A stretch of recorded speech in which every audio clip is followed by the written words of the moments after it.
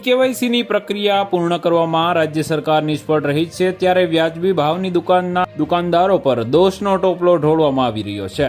KYC સહિત વિવિધ પ્રશ્નો ન ઉકેલાતા હવે દુકાનદારોએ સરકાર સામે મોરચો માંડ્યો છે। ગુજરાતમાં 17,000 દુકાનદારોએ તારીખ 1 જૂનથી અનાજનું વિતરણ નહીં કરવા નિર્ણય કર્યો છે। તેમનો આરોપ છે કે કેવાયસી પૂર્ણ કરવામાં સરકાર સદંતર નિષ્ફળ રહી છે, ત્યારે દુકાનદારો પર દબાણ કરવું યોગ્ય નથી। વાસ્તવમાં સરકારે ઘેર ઘેર જઈને આખી આ પ્રક્રિયા આટોપી લેવી જોઈએ। કેવાયસી પ્રક્રિયામાં અનેક વિસંગતતા ઊભી થઈ છે, જેના લીધે પુરવઠા વિભાગ અને વ્યાજબી ભાવની દુકાનના દુકાનદારો આમને સામને આવ્યા છે।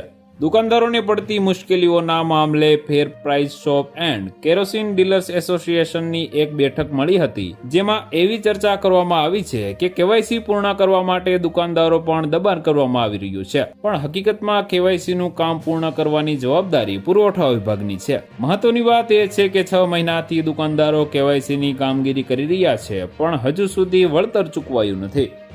તો વધુ માહિતી મેળવવા માટે ચેનલ સાથે જોડાયેલા રહો। વિડીયો પસંદ આવે તો લાઈક કરી દેજો, ચેનલમાં નવા છો તો સબસ્ક્રાઇબ કરી દેજો।